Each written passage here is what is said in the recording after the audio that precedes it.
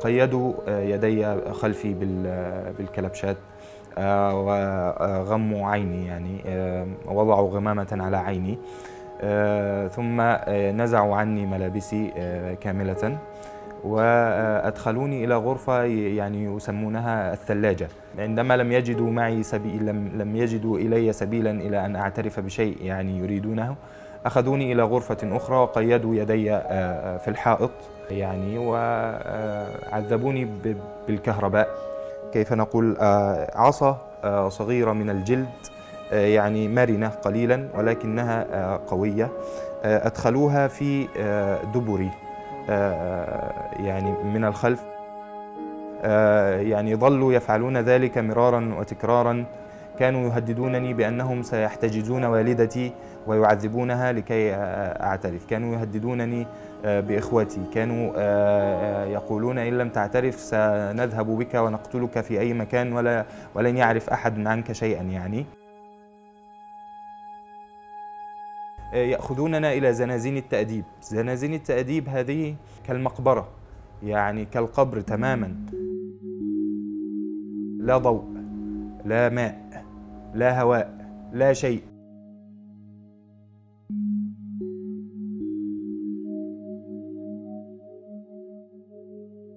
Arkadaşlar hepiniz hoş geldiniz. Bir içimizden birinde daha birlikteyiz. İçimizden birinde bu hafta Mısır'da yaşanan zulmün en yakın şahitlerinden biri olan Ömer Şuveyh'i misafir ediyoruz. Ömer Şuveyh 19 yaşında ilk defa gözaltına alınmış. Daha sonra günlerce hatta aylarca işkence görmüş ve 3 sene Mısır zindanlarında kalmış. Gerçekten çok ilginç bir hikayesi var. Ben de sizler gibi Ömer'in hikayesini merak ediyorum. Nebde inşallah Ömer. İnşallah. Arifna ala nefsik. أنا اسمي عمر الشويخ، عمر جمال الشويخ من مصر. كنت أدرس في جامعة الأزهر في كلية الدراسات الإسلامية والعربية. عمري الآن أنا في 25 من العمر. يعني كنت في جامعة الأزهر، ومن هنا بدأت قصتي يعني مع السجن. لماذا سجنت أمر؟ يعني أنا كنت أقود التظاهرات الطلابية في جامعة الأزهر، وكنت يعني أهتف الشباب في جامعة الأزهر ضد الانقلاب العسكري الذي حدث على الدكتور مرسي رحمه الله. اختطفوني من الشارع، أرادوا أن أخبرهم عن أنني أخذ تمويلا من الخارج، وكنا فقط يعني نقود التظاهرات في جامعة الأزهر، نهتف ضد السيسي ونظامه، ونهتف بحرية إخواننا المعتقلين في السجون. ماذا حدث معك في قسم الشرطة؟ قيدوا يدي خلفي بالكلبشات، وغموا عيني، يعني وضعوا غمامة على عيني، ثم نزعوا عني ملابسي كاملة، وأدخلوني إلى غرفة يعني يسمونها الثلاجة. يعني هي غرفة فارغة تماما من أي شيء، وأخذوا يضربونني على رأسي وعلى جسدي بالكامل. عندما لم يجدوا معي سبيل، لم يجدوا إلي سبيلا إلى أن أعترف بشيء يعني يريدونه، أخذوني إلى غرفة أخرى وقيدوا يدي في الحائط يعني، وعذبوني بالكهرباء. هل يمكنني أن أرى أثر التعذيب؟ نعم بالطبع. يعني ها هنا أثر أين؟ للتعذيب. هنا هذا كهرباء، أثر كهرباء. هي يعني كهرباء فتركت أثرا مثل ذلك. يعني كان جسدي كله مثل هذا، لكن هذه فقط التي بقيت. طبعا يعني هناك آثار أخرى في أماكن أخرى حساسة في جسدي، لكني يعني لن أستطيع أن أريها لك الآن. يعني أيضا استخدموا يعني كنت لا أحبذ أن أقول ذلك. كيف نقول، عصا صغيرة من الجلد، يعني مرنة قليلا ولكنها قوية، أدخلوها في دبري يعني من الخلف. يعني ظلوا يفعلون ذلك مرارا وتكرارا. ظللت في هذا المكان مدة 46 يوما. كانوا يهددونني بأنهم سيحتجزون والدتي ويعذبونها لكي أعترف، كانوا يهددونني بإخوتي، كانوا يقولون إن لم تعترف سنذهب بك ونقتلك في أي مكان ولن يعرف أحد عنك شيئا، يعني كما يفعلون الآن مع يعني معظم المختفين قسريا والمعتقلين في مصر. يعني اتهموني بسرقة سلاح. كيف يعقل أنني أسرق سلاح من أحد مسلح؟ يعني ذهبت إلى النيابة، وعندما عدت لم يتوقفوا عن تعذيبي وعن التحقيق معي في قسم الشرطة. أردت أن أذهب إلى أي سجن بعيدا عن هذا القسم لكي أتخلص من هذا التعذيب. يعني ماذا حدث بعد ذلك؟ انتقلت إلى سجن أبو زعبل. يعني كان هناك العديد من شباب الجامعة. عندما دخلت قالوا نادوا على اسمي، حلقوا لي شعري، قصوا لي شعري تماما، وثم بعد ذلك أخذوني إلى زنزانة بعيدة عن الزنازين التي يضعون فيها المسجونين السياسيين. كيف كان السجن؟ في سجن أبو زعبل كانت الزنازين كبيرة، لكن الأعداد كانت كبيرة أيضا. لم يكن هناك رعاية صحية كافية. يعني كنا نقوم بالإضرابات لأن معظمنا كان من الطلاب الجامعيين، يعني يريدون أن يخرجوا ويواصلوا حياتهم لأنهم لم يفعلوا شيئا، يعني ولم يثبت عليهم حتى التهم الغير منطقية التي اتهموهم بها، لم تثبت عليهم ولم يحاكمونهم بها. ثم بعد ذلك انتقلت إلى سجن آخر وهو سجن وادي النطرون. في سجن وادي النطرون كانت الزنازين صغيرة جدا. يعني أقول لك لم يكن الواحد منا يستطيع أن يعني يمد قدمه لكي ينام. يعني كنا ننام ونحن يعني نرفع أقدامنا إلى صدورنا. يعني كان هناك يعني ما يزيد عن 25 شخصا في زنزانة نقول مثلا 6 أمتار مربعة، مساحة صغيرة جدا لا تستطيع أن تتحرك فيها إلا بصعوبة بالغة، وتضرب هذا وتضرب هذا لكي تمر إلى دورة المياه. يعني كان هناك مرضى، آخرهم أخي أحمد الخطيب، يعني مرض مرضا شديدا ب يعني حشرة من الحشرات التي انتشرت أو من الآفات التي انتشرت في السجن بسبب قلة النظافة وقلة الرعاية الصحية وما إلى ذلك.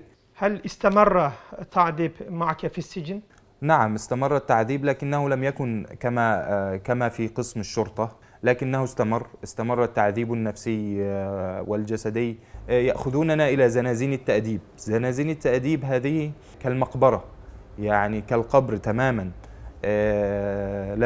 لا ضوء، لا ماء، لا هواء، لا شيء. كنا يعني نمكث في هذه الزنازين بلا ملابس. أحمد غنيم يعني كان في السجن معي في سجن طرة التحقيق، ضربوه حتى يعني يفقد عينه من شدة الضرب، فقط لأنه يعني كان مريضا ويريد تلقي العلاج، لا لشيء إلا أنه كان مريضا ويريد تلقي العلاج. أدخلوه زنازين التأديب فخرج مريضا زيادة على ذلك. ما حدث مع أخي عمر. أخي عمر قتل في زنازين التأديب. هم كانوا يعرفون جيدا أنه مريض ولا يستطيع أن يمكث في مكان كهذا مدة طويلة أو حتى مدة قصيرة، ومع ذلك أدخلوه زنزانة التأديب.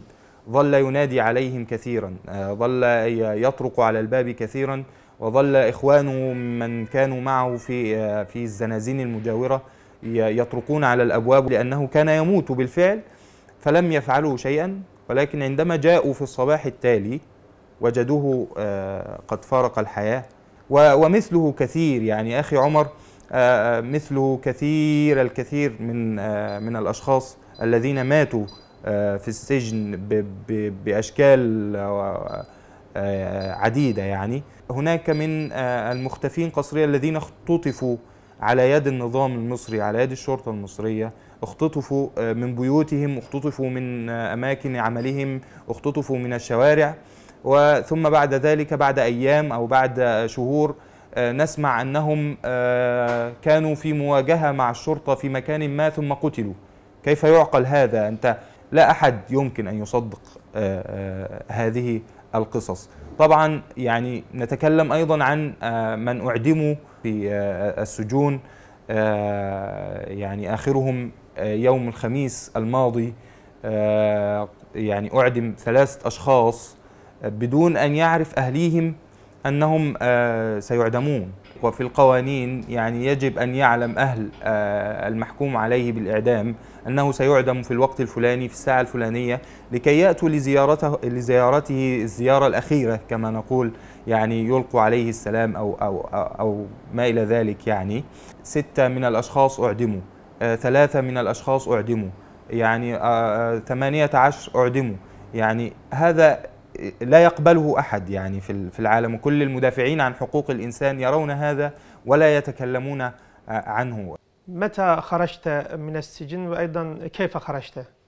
خرجت من السجن سنة 2017 بعد قرابة 3 سنوات من دخولي. يعني خرجت من السجن أنهم يعني لم يجدوا شيئا يتهمونني به في النهاية بعد 3 سنوات من التحقيقات ومن الأحكام ومن يعني برئت من كل التهم التي يعني اتهموني بها. يعني في موقف عجيب جدا، يعني تنهون حياة أشخاص ومن ثم بعد ذلك تقولون أنهم لم يفعلوا شيئا. يعني كيف يعقل؟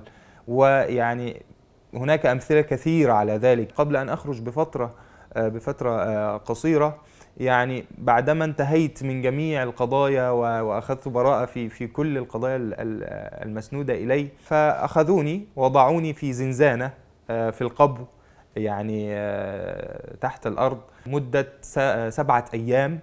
وبعد ذلك فوجئت أنني أذهب إلى قسم الشرطة بقضية أخرى، بأشياء يعني أنا لم أرها. يعني فوجئت بعد ذلك أنها يعني هذه فترة 7 أيام قالوا أنني كنت في الخارج، يعني أنني خرجت من السجن، وأنهم ذهبوا للقبض علي في منزلي ووجدوا معي كتب لسيد قطب والشهيد سيد قطب، ووجدوا معي كتب للإمام حسن البنا. كيف يعقل هذا يعني؟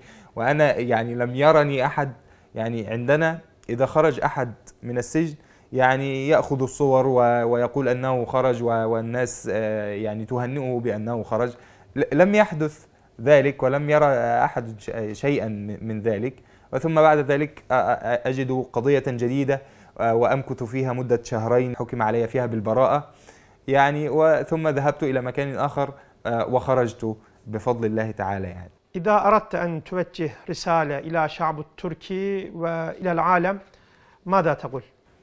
يعني أنا يعني في الحقيقة أشكر الشعب التركي يعني كثيرا على مواقفه الكبيرة والمؤثرة، أنهم يعني جسدا واحد مع إخوانهم في كل مكان وروحا واحدة. رسالتي لهم يعني أن يعني حدثوا كل من لم يسمع بما يحدث في مصر، كل أصدقائه وكل معارفه وكل أقربائه وكل من يعلمه، لأن هذا شيئا يعني نريد الضغط على النظام الحاكم في مصر لكي يعني يتوقفوا عما يفعلوه بحق إخواننا من قتل وتنكيل يعني في السجون وفي غيرها. أما رسالتي إلى العالم، هم إذا أرادوا أن يستمعوا إلى شهادة موثوقة عما يحدث في السجون فنحن موجودون.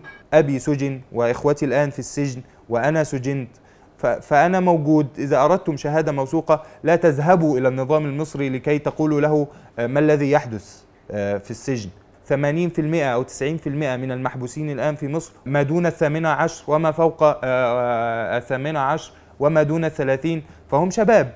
فكيف يعقل أن يظل الصمت العالمي هكذا؟ فقط تخرجون بيانا ها هنا وتخرجون بيانا ها هنا ولكنكم لا تفعلون شيئا جديا. فهذه رسالتي إليهم. قفوا أمام مسؤولياتكم لأنكم يعني لن تحاسبوا فقط هنا ستحاسبون في الآخرة. Şükran cezilen Ömer. Cezakumullahu hayran.